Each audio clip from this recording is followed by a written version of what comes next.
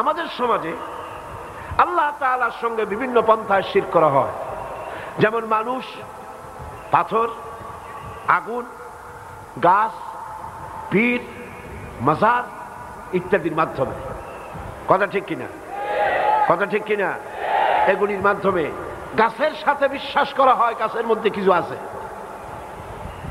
ওই যে গাছে হযরত বাইজিদ বোস্তামি কোথায় আসছিল চট্টগ্রামে, হ্যাঁ, সেইখানে দড়ির সাথে ইট আর পাথর বাঁধে ধুয়ে আসে। আমি নিজের চোখে দেখছি বহু বছর আগে। আমি গিয়ে প্রশ্ন করলাম যে এগুলি কেন? তারা বললো যেসব মেয়ে লোকদের সন্তান হয় না তারা এখানে পাথর ঝুলাই থয়। কারণ কি? এর সাইকোলজি কি? এর সিগনিফিক্যান্স কি? বলছে এটার সাইকোলজি হচ্ছে যে গাছের সাথে পাথরটা ঝুলাই দিলে পেটটাও আস্তে আস্তে বড় হতে হতে সন্তান এসে যাবে। একটা কথা হইল, কোথায় গাছের সাথে পাথর ঝুলানো আর কোথায় মায়ের পেটে বাচ্চা আসা, কি এর সাথে কি? কল গাছ নিয়ে, গাছের সাথে শিরক করা হচ্ছে, গাছ নিয়ে আল্লাহর সাথে শিরক করা হচ্ছে, পাথরের পূজা করা হচ্ছে, আগুনকে সম্মান করা হচ্ছে। আরে বাবা, আগুন তো আল্লাহর সৃষ্টি। এরা কি পাগল?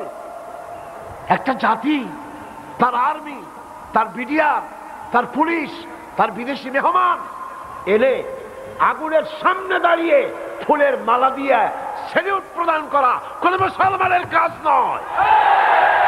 সুস্পষ্ট শিরক, কবিরা গুনাহ হারাম।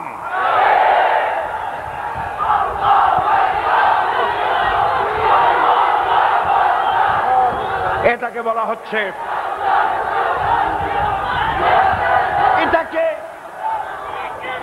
এটাকে নতুন করে ব্যাখ্যা দেওয়া হচ্ছে এটা নাকি মুক্তিযুদ্ধের চেতনা।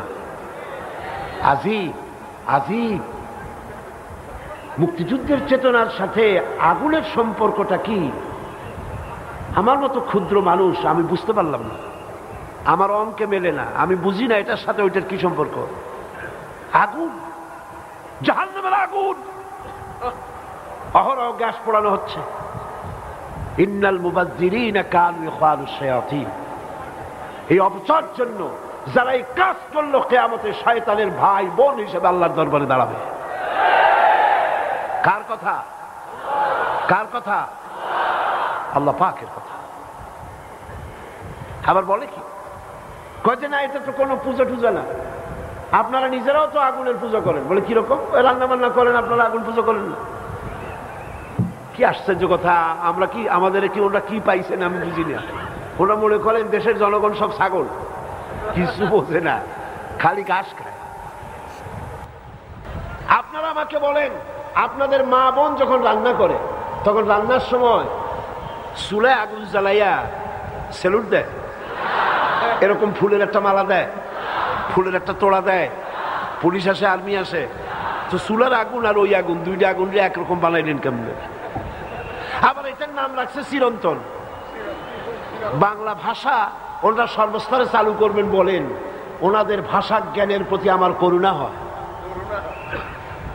চিরন্তন শব্দের অর্থ কি?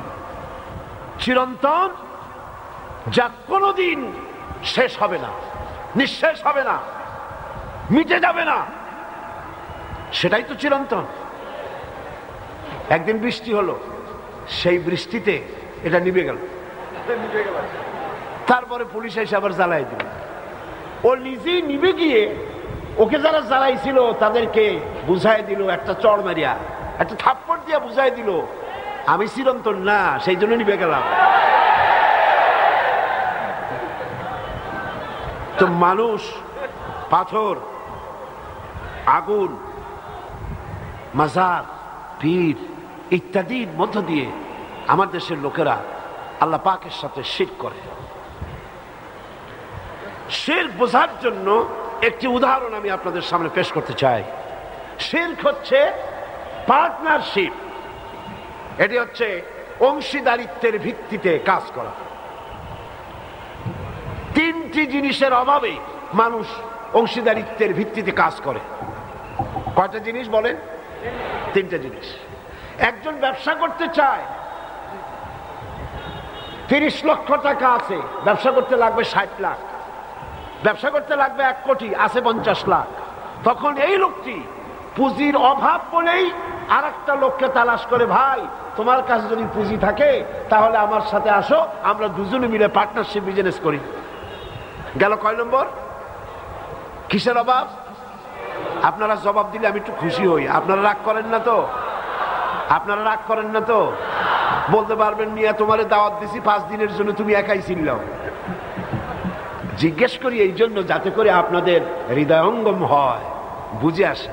গেল কয় নম্বর?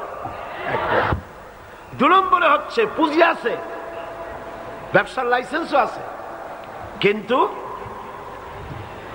এই ব্যবসা করার জন্য যে এক্সপেরিয়েন্স দরকার, দক্ষতার প্রয়োজন, বুদ্ধির প্রয়োজন। ব্যবসা কি টাকা থাকলেই হয়? বুদ্ধি শুদ্ধি লাগে না? যদি টাকা থাকলেই হয় তো ব্যবসা শুরু করে দেন না। 1 সপ্তাহের মধ্যে 5টা লাল বাতি জ্বলবে, 2 সপ্তাহ যাইতে না যাইতে চতুর্দিকে লাল বাতি দেখবেন খালি। ব্যবসার জন্য 2 নম্বরের পুঁজি হলো কি? মেধা, মেধা, বুদ্ধি, দক্ষতা, এক্সপেরিয়েন্স। 3 নম্বরে আরেকটি শর্ত হচ্ছে পুঁজি আছে, মেধাও আছে, দক্ষতা আছে, কিন্তু বয়সের দিক থেকে একেবারেই লুজো, বার্ধক্যতারে পেয়ে বসেছে। এই বুড়ো বয়সে শক্তি নাই, কেমনে চালাইবে ব্যবসা? সেজন্য পয়সাও ঘরে বসায় রাখতে চায় না, চায় একজন যুবক স্বাস্থ্যবান টকবকে একজন যুবক দরকার পার্টনার হিসেবে, তাহলে তার এই টাকাগুলি খাটায়া কিছু টাকা লাভ হবে। তাহলে মানুষ পার্টনারশিপ বিজনেস করে কয়টা কারণে? 3টা অভাবের কারণে। বলেন কয়টা অভাব? এবার আসুন, যারা শিরক করে তারা আল্লাহর প্রতি এই 3টি অভাব প্রয়োগ করে। নাউযুবিল্লাহ। আসেন কোরআনের দৃষ্টিকে দেখি, আল্লাহর সাথে পার্টনারশিপ, শরীক স্থাপন করার কোনো দরকার আছে নাকি? আল্লাহ পাকের এই 3টি অভাবের কোনো একটি অভাবও আছে কি? প্রথমটি হচ্ছে পুঁজির অভাব। এবার দেখি আল্লাহ কি বলে, আল্লাহর পুঁজি আছে কিনা। আল্লাহর জিগাই, আল্লাহকে জিজ্ঞেস করি, আল্লাহ তোমার পুঁজি আছে? আল্লাহ পাক জবাবে বলেন, ওয়াল্লাহু গানিয়্যুন ওয়া আনতুমুল ফুকারা। কেবলমাত্র আল্লাহ পাক হচ্ছেন গানি, কারো মুখাপেক্ষী নয়। চোখ তো 2 প্রকার। চোখ কয় প্রকার? 2 প্রকার। একটা হলো বাইরের এই 2টা চোখ, আর একটা হলো ভেতরের চোখ। আর একটা কিসের চোখ? ভেতরের চোখ আছে না? আছে কিনা? যদি আপনি না বোঝেন ভেতরের চোখ আছে কিনা, তাহলে যাই দেখেন, কোন মাতুব্বরের কাছে যাই বলবেন আমি তো এইরকমের একটা বিপদে পড়ে গেছি, দিনের বেলা গিয়ে আপনি বলতেছেন, সে লোকটি বলবে, ভাই আমি তো এখন চতুর্দিকে অন্ধকার দেখতেছি। তখন কিন্তু মেঘও হয় নাই, সন্ধ্যাও হয় নাই, রাতও না, একেবারে দুপুর বেলা বলতেছে চতুর্দিকে অন্ধকার দেখতেছে। কিসের অন্ধকার? জ্ঞানের অন্ধকার। তার জ্ঞানের চক্ষু খোলা নাই, চতুর্দিকে সে অন্ধকার দেখতে পাচ্ছে। সুতরাং জ্ঞানের একটা চোখ আছে, জ্ঞানের একটা চোখ আছে। সেই চোখগুলিকে অপারেশন করে হাকিকত বোঝার জন্য, সত্য জিনিসকে উপলব্ধি করার জন্য আল্লাহ রাব্বুল আলামিন একটা মেডিকেল টিম পাঠিয়েছেন পৃথিবীর বুকে। সেই মেডিকেল টিমের নাম হচ্ছে আম্বিয়া আলাইহিমুস সালাম। তারা ওহীর ছুরি দিয়ে অপারেশন করেছেন। ওয়ায়ুযাক্কিহিম ওয়া ইউআল্লিমুহুমুল কিতাবা ওয়াল হিকমা, মানুষকে পরিশুদ্ধ করেছেন, তেলাওয়াত করে শুনিয়েছেন, বিজ্ঞান শিক্ষা দিয়েছেন, মানুষের চক্ষুকে খুলে দিয়েছেন। তাহলে দিলের একটা কলব আছে, দিলের একটা চোখ আছে। সেই দিলটা যদি ঠিক থাকে তাহলে সব ঠিক। সুন্দরী নারীতে শান্তি নাই, বাড়ি গাড়িতে শান্তি নাই, বরং এগুলি দিয়ে অশান্তি আরো বাড়ে। শান্তি কিসে হবে? আসল শান্তি কিসে? ইন্ডাস্ট্রিতে নয়, বাড়িতে নয়, গাড়িতে নয়, সুন্দরী নারীতে নয়। আসল শান্তি হচ্ছে পিস অফ মাইন্ড।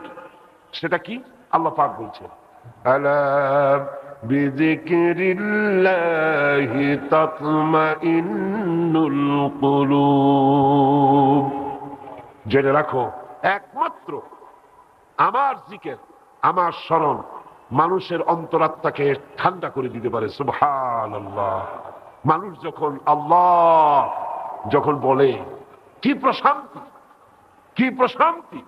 দারুণ বিপদ, মামলা মোকদ্দমা, হামলা, গ্রেফতারি পরোয়ানা, ব্যবসায় সব শেষ, ছেলে মারা গেছে, মেয়ে মারা গেছে, দুঃখ দারিদ্র কষ্টে জর্জরিত। সেই সময় মনের কথা উজাড় করে দিয়ে আল্লাহ পাকের দরবারে চোখ থেকে দুফোঁটা পানি ফেলতে পারলে সেখানে যে তৃপ্তি, এই তৃপ্তি পৃথিবীতে আর কোথাও পাওয়া যায় না। এই জন্য দিল থেকে যখন আসে আল্লাহ, আল্লাহর নাম কি? আল্লাহ। আল্লাহ না, কিন্তু মুখটা গোল করে উচ্চারণ করতে হবে সুন্দর করে, আল্লাহ। বলেন সবাই আল্লাহ। दिल से जो बात निकलती है असर रखती है पर नहीं मगर ताकते परवाज रखती है। অন্তর থেকে যে কথা বেরোয় সেই কথা প্রভাব বিস্তার করে, ডানা নাই কিন্তু ওড়ার ক্ষমতা রাখে। দিল থেকে কোন মোমেন বান্দা, কোন মোমেন বান্দি অন্তরে অন্তঃস্থল থেকে, হৃদয়ের গভীর কন্দর থেকে একটি বার যদি উচ্চারণ করে আল্লাহ, বলেন সবাই আল্লাহ, সবাই মুখ খুলে বলেন আল্লাহ। আল্লাহ রাব্বুল আলামিন 70 বার সাড়া দেন, বান্দা কি চাও আমি হাজির। বান্দা থেকে আল্লাহ পাক দূরে নয়, একদম নিকটে। আল্লাহ পাক বলেন কত নিকটে, শোনো, ওয়া নাহনু আকরাবু ইলাইহি মিন হাবলিল ওয়ারিদ। তোমার ঘাড়ে যে শাহরগ, যে রগের উপরে তোমার মাথাটা খাড়া হয়ে আছে, এর থেকেও আমি আল্লাহ তোমার কাছে বেশি নিকটবর্তী।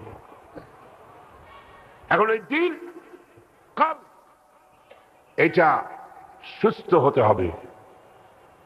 বহুত মুসলমান আছে যাদের এই অন্তর ঠিক নাই, তাদের কাছে সব ভালো লাগে। কয় যে হুজুর ওয়াজ যখন শুনি বেশ মজা লাগে, আবার যখন গান শুনি তাও খারাপ লাগে না, আছে কিনা? মসজিদও ভালো লাগে, আবার মন্দিরও মোটামুটি ভালো লাগে, খারাপ লাগে। দেখেন না, এরা মন্দিরেও যায়, মসজিদেও যায়, সব জায়গায় যায়, ঠিক কিনা? যায় কিনা? কারা যায়? আপনারা নিজেরাই খাবে খাবে মিলাই নেন, যায় কারা? ওয়াজ মাহফিলও ভালো লাগে, গানের মজলিসও ভালো লাগে, সিনেমাও ভালো লাগে, হজও করে, ডিশ এন্টিনায় স্ত্রী পুত্র পরিজন নিয়ে একসাথে নগ্ন চিত্র দেখতেও খারাপ লাগে না, ঠিক কিনা? এটা হচ্ছে কি? এটি হচ্ছে তার দিলটা নষ্ট হয়ে গেছে। দিলটা কি হয়ে গেছে? তার কাল, তার দিল নষ্ট হয়ে গিয়েছে, পচে গেছে, নষ্ট হয়ে গিয়েছে। এটা হচ্ছে মুনাফিকের দিল। সুস্থতার লক্ষণ এটা নয় যে সবই ভালো লাগে, কোনো দাম নাই। তায়েফ থেকে এক প্রতিনিধি দল এসে, হাদিস শরীফে এসেছে, তায়েফ থেকে একটি প্রতিনিধি দল রাসূল করিম সাল্লাল্লাহু আলাইহি ওয়াসাল্লামের খেদমতে হাজির হলেন। এসে বললেন, তায়েফে বহু সংখ্যক লোক ইসলাম কবুল করতে চায়, একটি মাত্র শর্ত, তারা ইসলামের সব আইন কানুন মানবে। একটি শর্ত, সেটা হলো এই, তারা তাদের ঘরে মূর্তিটা রাখতে চায়। এই মূর্তি রাখার পেছনে মূর্তি তারা পূজা করবে তা না, এটি একটি সংস্কার, এটি একটি আবেগ, একটি আবেগ। অতীতেও ছিল। কিছুদিন ইসলাম কবুল করার পর এই মূর্তিগুলো ঘরে থাকবে, তারপরে আস্তে আস্তে তারা মূর্তি ফালায় দেবে, এটা রাখবে না, ফালায় দেবে। তবে শর্ত এইটা, তারা ইসলাম কবুল করবে, সব মানবে, ঘরের মধ্যে মূর্তিটা রাখার জন্য একটু পারমিশন দেওয়া হোক। রাসূলুল্লাহ কি জবাব দিলেন? আল্লাহ পাকের নবী বিশ্ব নবী মুহাম্মদ রাসূলুল্লাহ সাল্লাল্লাহু আলাইহি ওয়াসাল্লাম বললেন, এদের মুসলমান হওয়ার কোনো প্রয়োজন নাই, কোনো দরকার। মুসলমান হতে হবে তো 16 আনাই হতে হবে, পূর্ণাঙ্গ হতে হবে। একটু নয়, সব। সুতরাং লোকমান হাকিম সম্পর্কে এই কথাটুকু আমি আগে বলে নিলাম যে তিনি ছিলেন জ্ঞানী, এই জন্য তাকে লোকমান হাকিম বলা হতো। আল্লাহ পাক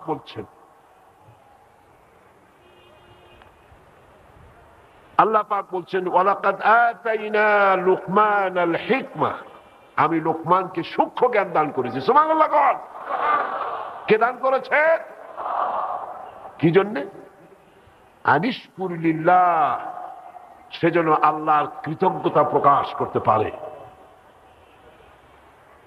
এরপর আবার আল্লাহ পাক বলছেন, ওমাইয়াশকুর ফাইন্নামা ইয়াশকুরু লিনাফসি, যে ব্যক্তি কৃতজ্ঞতা প্রকাশ করে সেটা নিজের জন্যই করে। ওমান কাফারা, আর যে ব্যক্তি কুফরি করলো তার থেকে আল্লাহ পাক, তার কৃতজ্ঞতার মুখাপেক্ষী আল্লাহ নন, কারণ আল্লাহ পাক নিজেই নিজের থেকেই প্রশংসিত, কারো প্রশংসার মুখাপেক্ষী তিনি নন। বুঝে আসছে কথা? এখন আল্লাহ পাক বলছেন, লোকমানকে আমি জ্ঞান দান করেছি। হযরতে লোকমান আল্লাহ পাকের এই দেওয়া জ্ঞানের শুকর আদায় করেছিলেন। তিনি শুকরিয়া আদায় করলেন। শুকরিয়া আদায় করার কারণে তিনি তো কৃতদাস ছিলেন। লোকমান কি ছিলেন? কৃতদাস। তার জ্ঞানের কারণে তার মালিক তাকে মুক্ত করে দিলেন। হযরতে লোকমান আল্লাহর শুকর আদায় করেছিলেন। আল্লাহ রাব্বুল আলামিন তার কৃত দাসত্ব থেকে মুক্তি দান করে দিয়ে তার পজিশনটা কিভাবে বাড়ালেন দেখেন। তিনি ছিলেন কৃতদাস, এরপরে আল্লাহ রাব্বুল আলামিন তার দরবারে তিনি কৃতজ্ঞতা পেশ করার কারণে আল্লাহ পাক তাকে তার কথাগুলির কি দাম দিয়ে দিলেন। আল্লাহ পাক তার কথাকে কোরআন শরীফের ভিতরে লিপিবদ্ধ করে দিয়ে কিয়ামত পর্যন্ত হযরতে লোকমানকে চিরন্তন করে দিলেন। আল্লাহর শুকরিয়া আদায় করলে আল্লাহ পাক এভাবেই তাকে পুরস্কৃত করেন। লাইন শাকারতুম লাযীদান্নাকুম ওয়ালাইন কাফারতুম ইন্না আযাবী লাশাদীদ। আমার নিয়ামতের শুকর যদি আদায় করো আমি নিয়ামত বাড়ায় দেব, আর যদি অকৃতজ্ঞ হও তাহলে আমার কঠিন শাস্তি তোমাদেরকে মোকাবেলা করতে হবে। এখন কৃতজ্ঞতা নিছক মৌখিক নয়, মুখ দিয়া শুধু আলহামদুলিল্লাহ বললাম না, তাতে হবে না। কৃতজ্ঞতা প্রকাশ করার জন্য তিনটা পর্যায় রয়েছে: চিন্তা, কথা এবং কাজ। এই তিনটি জিনিসের মাধ্যমে কৃতজ্ঞতা প্রকাশ করতে হবে। সেটাই ভাবে আমি যা কিছু লাভ করেছি সবই আল্লাহর দান। সুবহানাল্লাহ। আমরা যা কিছু লাভ করেছি সব কার দান? নিজের হৃদয় মস্তিষ্কের গভীরে এই বিশ্বাস রক্তে মাংসে প্রথিত করতে হবে, যা পেয়েছি সব আল্লাহর দান। সুবহানাল্লাহ। আর মুমিন বান্দার কণ্ঠে সদা সর্বদা আল্লাহর অনুগ্রহের স্বীকৃতি থাকতে হবে। আল্লাহর অনুগ্রহ পাবেন আর বলবেন আলহামদুলিল্লাহ। কি বলবেন? আলহামদুলিল্লাহ। প্রশংসা সব সময় হবে আল্লাহ পাকের। কার্যক্ষেত্রে সে আল্লাহর হুকুম মেনে চলবে এবং তার হুকুম অমান্য করা থেকে সব সময়ের জন্য সে দূরে থাকবে। এইভাবে করে আল্লাহর শুকরিয়া, আল্লাহর কৃতজ্ঞতা তাকে আদায় করতে হবে। যে ব্যক্তি শুকর আদায় করবে না, ওমান কাফারা ফাইন্নাল্লাহা গানিয়্যুন হামিদ, আল্লাহ পাক বলেন যে ব্যক্তি শুকর আদায় করবে না আল্লাহ তার শুকরের কৃতজ্ঞতার মুখাপেক্ষী নন, যেহেতু আল্লাহ রাব্বুল আলামিন নিজের থেকেই নিজেই প্রশংসিত। তার প্রশংসা কেউ করুক আর না করুক এতে তার কিছুই আসে। কথা বুঝে আসছে? আল্লাহ রাব্বুল আলামিন বলেন, আল্লাহর প্রশংসা করে আপনি করবেনটা কি? আপনি আপনি প্রশংসা করলে সেটা আপনার জন্য, আল্লাহর প্রশংসা করবেন, মর্যাদা বাড়বে কার? নিজের। কনকার আপনি আল্লাহর প্রশংসা করে বড় বাড়াইতে পারবেন? আল্লাহর যে পজিশন আছে, খুব ভালো করে বুঝুন, আল্লাহর যে পজিশন আছে, আপনারা সবাই মিলে জিকির করে ফিকির করে প্রশংসা করে তার পজিশন থেকে আরো বাড়াই দিতে পারবেন? প্রশংসা না করে আরো নিচে নামাই দিতে পারবেন? তার ক্ষমতার চৌহদ দিয়ে আরো বাড়াতে পারবেন? তাহলে আল্লাহর প্রশংসার অর্থটা কি? অর্থটা হচ্ছে প্রশংসা করলে লাভ আমার, আমার লাভ আপনার না। আল্লাহ পাক বলেন ইউসাব্বিহু লিল্লাহি মা ফিস সামাওয়াতি ওয়া মা ফিল আরদ। আকাশ এবং জমিনের ভিতরে যত বস্তু, যা কিছু দেখতে পাও, জড় অজড় যত পদার্থ দেখতে পাও, যা তোমার চোখে ধরা পড়ে, যা তোমার চোখে ধরা পড়ে না, সবকিছু আল্লাহ রব্বুল আলামিনের তাসবিহ করতেছে। সাব্বাহা ইউসাব্বিহু তাসবিহান। অতীতে তাসবিহ করেছে, এখনো তাসবিহ করছে, ভবিষ্যতেও তাসবিহ করবে। কিভাবে করবে? আল্লাহ পাক বলেন وَإِن مِّن شَيْءٍ إِلَّا يُسَبِّحُ بِحَمْدِهِ وَلَكِن لَّا تَفْقَهُونَ تَسْبِيحَهُمْ। পৃথিবীতে এমন কিছু নাই যা আমার তাসবিহ করে না। সব আমার জিকির করে, আমার শুকর করে, আমার তাসবিহ পড়ে, কিন্তু তোমরা তাদের তাসবিহ, তাদের ভাষা তোমরা বুঝতে পারো না। কি কায়দায় তাসবিহ করে বুঝতে পারো না। বাতাস তার শনশন রবে, পাতাগুলি তার মরমর রবে, সমুদ্র তার গর্জনের মধ্য দিয়ে, নদী তার কুলু কুলু নাদে, আর এই পৃথিবীর জন্তু প্রাণী প্রত্যেকের নিজ নিজ ভাষায় সবাই জিকির করতেছে, সবাই পড়ছে আল্লাহ আল্লাহ আল্লাহু লা ইলাহা ইল্লাহু। পড়েন সবাই আল্লাহ আল্লাহ আল্লাহু লা ইলাহা ইল্লাহু আল্লাহ আল্লাহ আল্লাহু লা ইলাহা ইল্লাহু। কিভাবে প্রশংসা করে আল্লাহ পাকে? আল্লাহ পাক বলেন শোনো, কুল্লুন ক্বাদ আলিমা সালাতাহু ওয়া তাসবিহাহু। প্রত্যেকটি প্রাণী, জড় অজড় সমস্ত পদার্থগুলি, প্রাণীগুলি সকলই জানা আছে কিভাবে আল্লাহর জিকির করতে হবে। সকলকেই আল্লাহ রব্বুল আলামিন তাসবিহ শিখায় দিয়েছেন। যেমন দেখুন, আল্লাহর জিকির করছে কিয়ামের অবস্থায়, সমস্ত বৃক্ষরাজি কিয়ামের অবস্থায় আল্লাহ পাকের তাসবিহ করছে, জিকির করছে। আর যত চতুষ্পদ প্রাণী আছে সব রুকুর হালতে আল্লাহ রব্বুল আলামিনের তাসবিহ করছে। চতুষ্পদ প্রাণীগুলি সব রুকুর হালতে আছে। অন্যান্য প্রাণীগুলি যেমন ব্যাঙ, দেখছেন ব্যাঙ যেভাবে ব্যাঙ বসে, মনে হয় যেন তাশাহুদ পড়তেছে, দেখছেন না? আরে ভাই, কথা না করলে বুঝি কি? ব্যাঙগুলি মনে হয় যেন তাশাহুদ পড়তেছে। সরীসৃপগুলি, সরীসৃপগুলি, সরীসৃপ বোঝে, বুক দিয়া হাসে, হাতে যেগুলো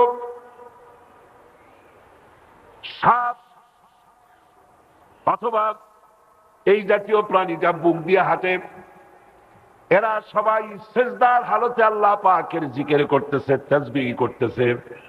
তাহলে দেখেন, কেউ তো দাঁড়াইয়া, কেউ তো রুকু দিয়ে, কেউ তো সিজদার হালতে জিকির করতেছে। আবার অন্যদিকে দেখুন, তামাম পৃথিবীর সমস্ত গাছপালা, তরুলতা, কীট পতঙ্গ, জন্তু জানোয়ার সবাই মিলে যেভাবে আল্লাহর জিকির করে, এ সবগুলি আল্লাহ রাব্বুল আলামিন মানুষের মধ্যেই দান করে দিয়েছেন। আল্লাযীনা ইয়াযকুরুনাল্লাহা কিয়ামান ওয়া কুউদান ওয়া আলা জুনুবিহিম মানুষ দাঁড়িয়ে আল্লাহর ইবাদত করে, রুকু দিয়েও করে, সিজদা দিয়েও করে। আল্লাহ পাক মানুষকে সব রকমের ইবাদত করার তৌফিক দান করে দিয়েছেন। পৃথিবীর সমস্ত প্রাণী আল্লাহর জিকির করছে, আল্লাহর তাসবিহ করছে, আল্লাহর প্রশংসা করছে। সুতরাং আপনি প্রশংসা করেন আর না করেন, আল্লাহ কিচ্ছু আসে যায়। প্রশংসা করলে লাভ কার? আমার, আপনার, আমাদের সকলেরই। আমাদের মর্যাদা বেড়ে যায়। আমাদের মর্যাদা কত বাড়ে জানেন? কত বাড়ে? ফাযকুরুনি আযকুরকুম ওয়াশকুরুনি ওয়ালা তাকফুরুন।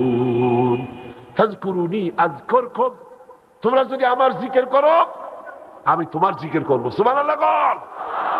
আমরা যদি জিকির করি, এই প্যান্ডেলের মধ্যে লক্ষাধিক জনতা নিয়ে আল্লাহর জিকির করতেছি, এটা শুনে আল্লাহ পাক আরশে আজিমে ফেরেশতাদের মজলিসে আমাদের জিকির করবেন।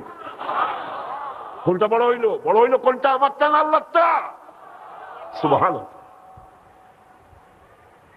এজন্য হাদিসে কুদসির ভিতরে এসেছে, আল্লাহ রাব্বুল আলামিন বলেন, বান্দা যদি আমার দিকে 1 বিঘত যদি অগ্রসর হয়, আমি আমার বান্দার দিকে 1 হাত আগায়া যাই। বান্দা যদি আমার দিকে হেঁটে আসে, আমার রহমত বান্দার দিকে দৌড়াইয়া যায়। हर हमेशा देने को वो तैयार है, हर हमेशा देने को वो तैयार है, जो न मांगे उससे वो बेजार है। सब समय দিতে প্রস্তুত কে? খুশি হয়ে নামটা নিতে কষ্ট হয়? জোরে কইতে পারেন না? মোহব্বত দিয়ে বলতে পারেন না? সবসময় দেওয়ার জন্য প্রস্তুত হচ্ছেন আল্লাহ, আল্লাহ, আল্লাহ। যে চায় না আল্লাহ পাক তার প্রতি বিরক্ত হয়ে যান।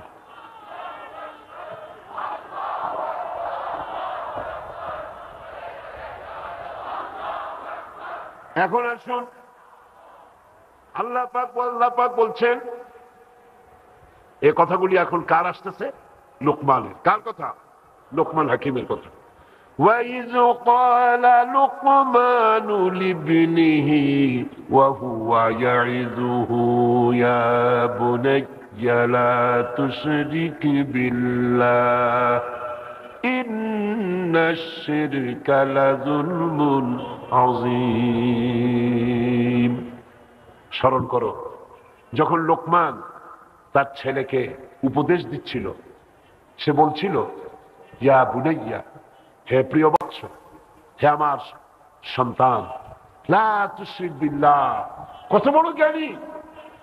তার ছেলেকে ডেকে সর্বপ্রথম নসিহত করছেন, লা তুশরিক বিল্লাহ, আল্লাহর সাথে কাউকে শরীক স্থাপন করো না। ইন্না শিরকা লাযুলমুন আযীম, শিরক হচ্ছে মস্ত বড় জুলম। এখন লোকমান হাকিমের এই পাণ্ডিত্যপূর্ণ উপদেশ মালা থেকে এই বিশেষ উপদেশ বাণীটিকে কোরআন 2টি কারণে উদ্ধৃত করেছে। 2টি কারণ রয়েছে এর পেছনে। এই উপদেশটা কার? না না, কথা ভালো করে বুঝেন, না বুঝলে তো উল্টো পাল্টা জবাব দেবেন, পরীক্ষাও ফেল করবেন। বুঝলেন? বুঝবেন ভালো, লিখবেনও ভালো, পরীক্ষাও পাস করবেন ভালো, ঠিক না? আপনারা এখানে বসে আছেন ঠিক, কিন্তু অনেকে বসে নাই। বসা আছেন, মন চলে গেছে কারো বাড়িতে, কারো অন্য জায়গায়। মনটাই তো আসল, দিলটা কি আসল? কানটা আর দিলটা মঞ্চের দিকে থাকতে হবে। যিনি কথা বলছেন সেদিকে আকৃষ্ট হতে হবে, তাহলেই জবাবটা একেবারে পুরুষের মতো ঠাস ঠাস করে দিতে পারবেন সঠিকভাবে। কথা বুঝতে পারছেন? এই উপদেশটা হচ্ছে কার? হযরতে লুকমান হাকিমের উপদেশ। 2টি কারণে কোরআন এই উপদেশ 2টি তুলেছে। তার একটি কারণ হচ্ছে লুকমান হাকিম তার নিজ পুত্রকে এই উপদেশটি দিচ্ছেন। আর একথা স্বতঃসিদ্ধ, পিতা কখনো সন্তানের প্রতি, পিতা সব সময় সন্তানের প্রতি সবচাইতে স্নেহবাৎসল্য এবং আন্তরিক হয় সন্তানের প্রতি সবচাইতে বেশি। একটি লোক সবাইকে ভাগি দিতে পারে, বউরে ভাগি দিতে পারে, সমাজকে ভাগি দিতে পারে, গোটা রাষ্ট্রকে ভাগি দিতে পারে, টিভি রেডিওর মাধ্যমে অনার্গল মিথ্যে কথা বলতে পারে, গোটা জাতিকে ধোঁকা দিতে পারে, কিন্তু নিজের সন্তানকে ধোঁকা দিবে না। পিতা মাতা নিজের সন্তানকে প্রতারণা করবে না, ঠিক কিনা? হযরতে লোকমান তিনি তার সন্তানকে উপদেশ দিচ্ছেন। কাকে? তাহলে এই উপদেশ নিখাত, নির্ভেজাল, সলিড, আন্তরিক, 100%, এর মধ্যে কোনো ভুল নাই। তিনি ছেলের কল্যাণ কেন তাই নিজ পুত্রকে নসিহত করছেন, অকাট্যভাবে প্রমাণ করলেন একথা যে শিরক যথার্থই নিকৃষ্ট কাজ এবং জুলম, একথা তিনি বললেন। এটি হলো লোকমান হাকিমের কথা কোরআন শরীফ উঠবার একটি কারণ। 2 নম্বরের কারণ হচ্ছে মক্কার কাফেরেরা নিজ সন্তানদেরকে শিরক করতে বাধ্য করত। রাসূল করিম সাল্লাল্লাহু আলাইহি ওয়াসাল্লামের দ্বীনের দাওয়াত থেকে ফিরাবার জন্য জুলম করত, বাধ্য করত, এক আল্লাহর প্রতি ঈমান এনো না। তখন এই আয়াত নাযিল হলো। আল্লাহ তাদেরকে বুঝাতে চাইলেন, তোমরা তো তোমাদের সন্তানদেরকে শিরক করতে বাধ্য করছো, অথচ যে লোকমানকে তোমরা সবচাইতে জ্ঞানী বলে মনে করো, জানো, বিশ্বাস করো, ইতিহাসের চর্চা হয় তোমাদের মধ্যে, সেই জ্ঞানী লোকমান তিনিও তো এই কথা বলেছেন। এ কথা রাসূলুল্লাহ নতুন বলছেন না, এর আগে লোকমান হাকিম নামের একজন বিজ্ঞ ব্যক্তি এই কথাটি বলে গেছেন। সুতরাং এইটার বিরুদ্ধে তোমরা যেও না, এটার বিরোধিতা করো না, আল্লাহর সাথে শিরক করো না। এখন শিরক অর্থ হচ্ছে অংশ। অংশ ইসলামী পরিভাষায় আল্লাহ তাআলার জাত এবং সিফাতের সাথে কাউকে তার সমকক্ষ, সহায়ক এবং অংশীদার স্থির করাকেই আরবিতে কি বলা হয়? আজকের আলোচনা অত্যন্ত গুরুত্বপূর্ণ। এই আলোচনার সাথে আমাদের জান্নাত আর জাহান্নাম নির্ভর করে। এইটা বিশ্বাস এবং আমলের উপরে আমাদের জান্নাত এবং জাহান্নাম নির্ভর করে। অত্যন্ত মনোযোগের সাথে আজকের আলোচনা শুনতে চেষ্টা করুন এবং দোয়া করুন যেন আল্লাহ পাক আমাকে বলার তৌফিক দেন। শিরক হচ্ছে কবিরা গুনাহ। শিরক কি গুনাহ? কবিরা গুনাহ, জঘন্য অপরাধ। শিরক আল্লাহ পাক বড় মিথ্যা এবং জুলম বলে কোরআন শরীফে ঘোষণা করেছেন।